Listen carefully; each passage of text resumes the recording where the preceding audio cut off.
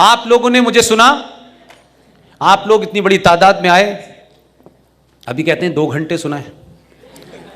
अब वो हमारी एक बहन थी, वो पानी भी दे गई थी, शायद इससे जल्दी बंद कर देगा। लेकिन मैं आप सबका तहे दिल से इसलिए शुक्रिया करता हूं कि मैं कोई बात ऐसी नहीं कह रहा जो नामुमकिन हो, लेकिन अपने अंदर विश्वास को जगाइए, अपने ऊपर फेथ रखिए, अपने ऊपर गर्व कीजिए। अगर जीवन में कहीं कोई घटना घट गई है जिस कारण से हमारा थोड़ा सा ब्लैक स्कार आ गया है, तो उसको जीवन का परमानेंट हिस्सा मत बनाइए। हमारे परिवारों में भी बहुत सी घटनाएं ऐसी होती हैं कि कभी कभी हम लोग जो हैं लीन पीरियड से गुजरते हैं, वो चाहे नौकरी हो चाहे घर हो, लेकिन वो आपका परमानेंट नहीं है, वो चला गया है। उसे पूरी ताकत से अपने अंदर से निकाल के फेंक दीजिए। ये इतिहास भी बदलेगा, ये सरकारें भी बदलेंगी, और जो आएगा वो आपकी मर्जी के बगैर कुछ नहीं कर पाएगा। बहुत बहुत शुक्रिया, थैंक यू वेरी मच।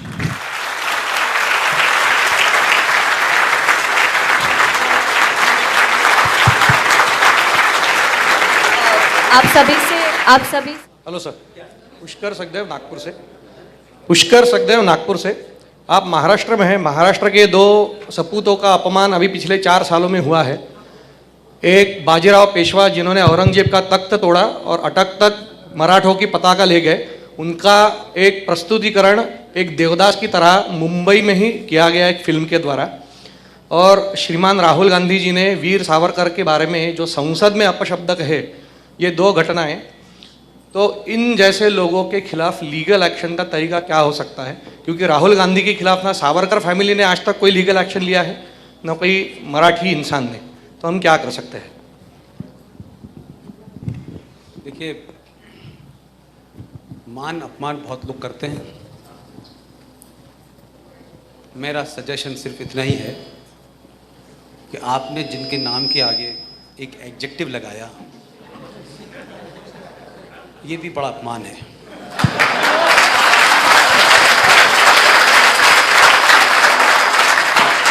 इसलिए एक बात ध्यान रखिएगा, बौने लोग किसी के ऊपर थूक दें तो वो अपने बौने होने की निशानी दे रहे हैं। सावरकर पे कोई फर्क नहीं पड़ता है। उनसे पूछिए कि सावरकर के बारे में जो आपके विचार हैं, तो आप कहिए कि उनकी पार्टी के लोग, जो लोकसभा के अंदर कमेटी होती है under the chairmanship of speaker, उसमें लीडर फॉर अपोजिशन, देखिए मैंने कहा ना, कुछ चीजों को समझने के लिए टेक्निकली समझ लीजिए, तब आप जवाब बेहतर दे पाएंगे। क्योंकि आपको लड़ाई सभ्यता में लड़नी है, गाली देने से काम नहीं चलेगा। आप कहिए कि वो जो कमेटी थी, मनोहर जोशी जो आपके महाराष्ट्र के थे, वो स्पीकर थे, और उसके अंडर में जो कमेटी होती है उसमें लीडर ऑफ अपोजिशन होता है, ठीक है, और हर पार्टी का लीडर होता है, तब वो कमेटी बनती है। उस कमेटी ने अप्रूव किया कि पार्लियामेंट के अंदर वीर सावरकर का चित्र लगाया जाएगा। तो गाली तुम अपने लीडर ऑफ अपोजिशन को दो जाकर के, जिसका चित्र पार्लियामेंट में लगा हुआ है। वहां चित्र लगना आसान काम नहीं होता, जान पहचान से नहीं लगता है, उसकी पूरी एक कमेटी होती है, वो वहां लगा हुआ है। वीर सावरकर को राहुल जैसे कई करोड़ भी पैदा हो जाएं तो उनकी धूल बराबर नहीं है। इसलिए इस मान सम्मान की चिंता ना करें।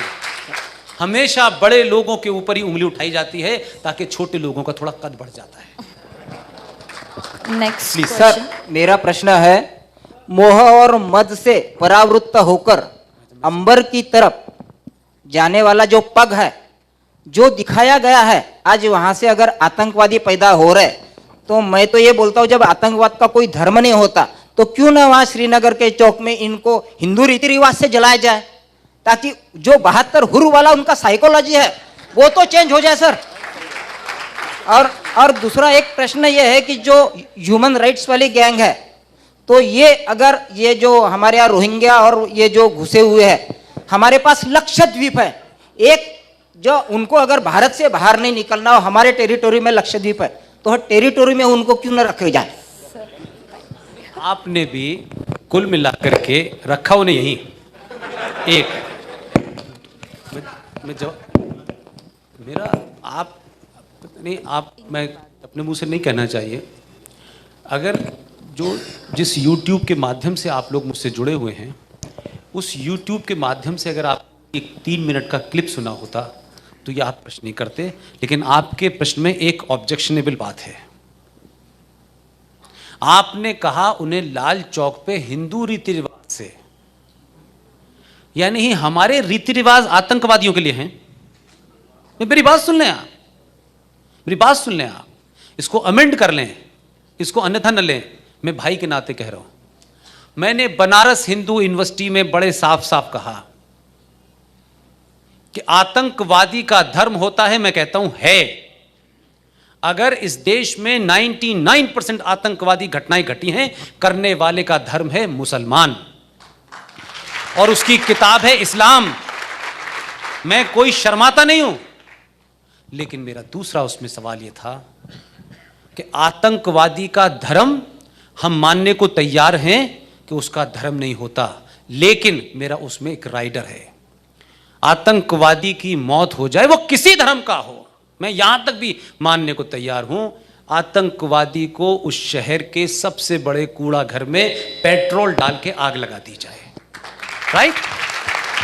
मैं इसको इसलिए कह रहा हूं आपसे कि इसमें हिंदू रीति रिवाज शब्द को कह करके हिंदू रीति रिवाज को इतना छोटा मत कीजिए, और ये हिंदू रीति रिवाज आतंकवादियों के लिए नहीं है। इसलिए कूड़े घर में डालिए, आग लगा दीजिए। इसके 2 फायदे होंगे, एक तो आतंकवादी का धर्म नहीं पता चलेगा, और दूसरा जिनकी ख्वाहिश यह है कि मरने के बाद हूरों के पास जाना है, जल सब गया, अब क्या करोगे? वहां जाने की ख्वाहिश भी बंद हो जाएगी। आप इसको इस तरह से कहिए। Right sir? हम देखिए, इस पे 2 राय हैं।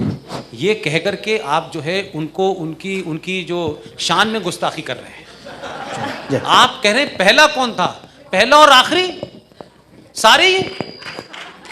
मैं कह रहा हूं कि पहला आतंकवादी वो था जिसने प्रॉफिट मोहम्मद सल्लल्लाहु अलैहि वसल्लम, मोहम्मद साहब के दामाद का फजर की नमाज में सुबह 4:30 बजे जब वो सजदे में था, जिस आदमी ने कत्ल किया, वो हिंदुस्तान ने दुनिया का सबसे पहला आतंकवादी था। राइट? जी, समय के चलते हम क्वेश्चन, बड़े हैं, बुजुर्ग हैं, प्लीज। आपके डिलिब्रेशन में इंटेलेक्चुअल आतंकवादी के वो एक शब्द लेके बोल रहा है। सबसे बड़ा अपना जो अड्डा है नेहरू का मदरसा JNU, यहाँ पे जो मैनेजमेंट है, अगर इनके लिए क्या इलाज है? बिकॉज यही इंटेलेक्चुअल जो लोग हैं पॉइजन फैलाते हैं सब जगह। बाकी लोग को तो अपन हैंडल कर सकते हैं, लेकिन स्लोली इन्हीं के कारण पूरा पॉइजन फैला हुआ है। ये जो इंटेलेक्चुअल आतंकवाद है उसमें सिर्फ JNU नहीं है, JNU जैसी हजारों हैं, हजारों इंस्टीट्यूशंस हैं। टेलीविजन पे जो लोग आके इन आतंकवादियों को कवर देते हैं, मैं उन्हें भी मानता हूं, लेकिन मैं ये कह रहा हूं आपसे, पूरे देश में 2 चुनाव मेरे लिए इंपॉर्टेंट हैं। मैं पार्टी की बात नहीं कर रहा, सिर्फ दोनों चुनाव में मेरी GD बख्शी, RSN सिंह जात बहुत सारे लोगों की ताकत लगी हुई है। जहां 200 हॉलीवुड से लोग, बॉलीवुड से लोग गए थे, 2 लोग बेगूसराय में गए थे और 2 लोग ही भोपाल गए थे। ऑफ द रिकॉर्ड जो मुझे वहां से खबर मिली है, वो 3रे नंबर पे है। और ये जो थे, ये हवन करा रहे थे और कई फर्जी इन्होंने साधु बुलाए थे, तब भी हार रहे हैं। ये 2 मैसेज मेरे लिए बहुत जरूरी है। मैं सिर्फ इस जीत में साध्वी प्रज्ञा जीतेंगी या गिरिराज जीतेंगे, ये महत्वपूर्ण नहीं है। मेरे लिए महत्वपूर्ण यह है कि ये हारेंगे।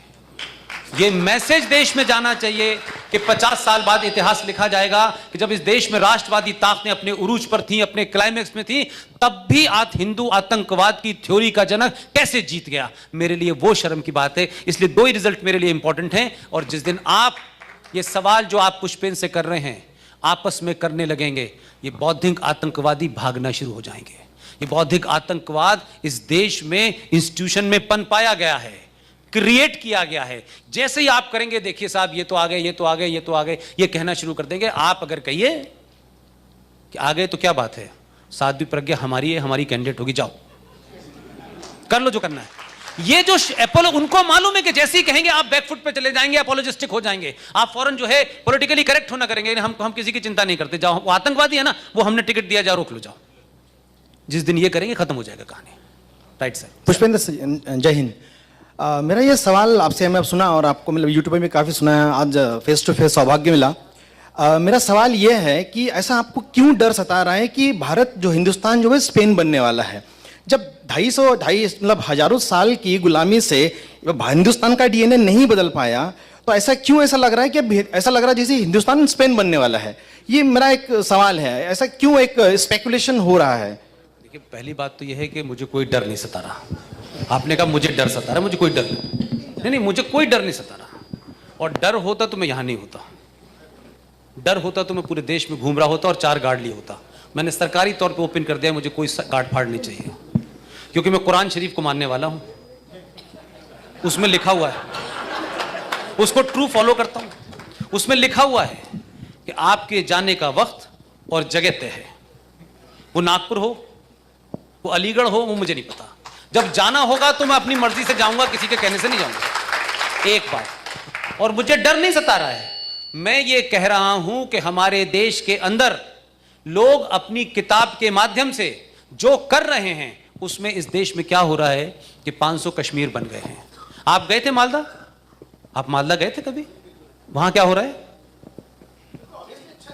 नहीं, अच्छा नहीं हो रहा। नहीं, इस very, you are using a very soft word, very polite word.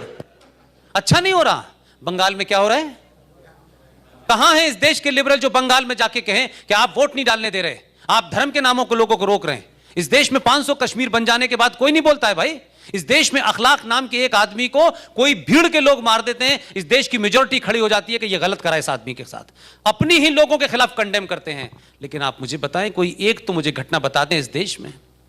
अंकित को भी मारा, नारंग को भी मारा, कल परसों त्यागी को भी मारा। एक सच्चा मुसलमान पैदा नहीं हुआ यह कहने वाला कि यह गलत हुआ है, हम इसके खिलाफ हैं। किस मक्कारी और झूठ और फरेब की बात आप कर रहे हैं कि मैं डरा हुआ हूं? मैं नहीं डरा हुआ हूं। जो किताब लेके घूम रहे हैं वो डरा रहे हैं, और डराते वो हैं जो खुद डरे हुए होते हैं। इसलिए हम कह रहे हैं डरा के दिखाओ ना हमको, हम तो भुगतेंगे उनको। इसलिए उनका जवाब मैंने किसी से नहीं कहा कि आप हथियार लेके घूमिएगा, मैंने किसी से नहीं कहा। यह दुनिया की पहली कौम है, यह पहली दुनिया की कौम है कि इसका हर भगवान एक हथियार रखता है, लेकिन ये उसके उपासक हैं। ये भगवान से भी बड़े भगवान हैं, कहते हैं तुम्हें जरूरत पड़ेगी, हमें नहीं पड़ेगी। ये नहीं रखते। ये गलती से 1% भटक गए, उन्होंने इनका हथियार ले लिया तो बहुत लोगों के हथियार हाथ से बाहर आ जाएंगे। इसलिए मैं कह रहा हूं, ये समाज, ये जो हिंदू समाज है, ये अहिंसक रहे, ये टॉलरेंट रहे। ये इस देश के 25 से 35 करोड़ मुसलमानों को इसका ध्यान रखना है। अगर उन्हें यह गलतफहमी हो गई है कि सरे बाजार कुछ लोगों का मर्डर कर देंगे, कत्ल कर देंगे और डर पैदा कर देंगे, तो ध्यान रखिएगा, पूरी दुनिया में जो आतंकवाद की फिलॉसफी है वो मेजॉरिटी आतंकवाद सक्सेसफुल होता है, माइनॉरिटी नहीं होता है। अल्लाह से खैर करें कि 700 साल की चुप्पी के बाद अगर इन्हें अपने पुरुषार्थ का पता चल गया तो कई परशुराम खड़े हो जाएंगे।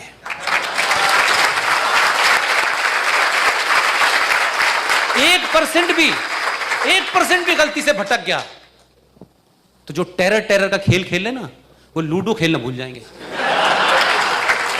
इसलिए मैं कहता, ये मेरी चेतावनी नहीं है, ये मेरी उन मुसलमान भाइयों को मशवरा है कि खेल मत खेलो। बहुत दिन हो गए, इनका संयम टूट गया, तो किस किस का टूटेगा पता नहीं। Right sir? मैं कतई नहीं डरा हुआ हूं। मैंने कहा मेरा अल्लाह पे यकीन है, उन्होंने कहा है सिर्फ मेरे अलावा किसी से मत डरना। मैं डरते ही नहीं हूं, लेकिन सवाल यह है कि जो ये कहते हैं कि अल्लाह से डरो, वो मोदी से क्यों डर रहे हैं? अरे आप कहते हैं, आपका यकीदा है ना कि हम सिर्फ अल्लाह से डरते हैं। अरे भाई, कोई राजनाथ से डर रहा है, कोई आरएसएस से डर रहा है, कोई विश्व हिंदू परिषद, अरे भाई इनसे क्यों डर रहे हो यार? तो पता ये चला कि आपका ईमान अल्लाह पे भी पूरा नहीं है, उसके साथ भी आपने मिलावट की हुई है, इसलिए डर आपको किसी और से लग रहा है। जिस दिन अल्लाह पे पूरा यकीन रखोगे, माफ कीजिएगा, आपको डर नहीं लगेगा, क्योंकि मुझे भी नहीं लगता, क्योंकि मेरा अल्लाह पे यकीन है।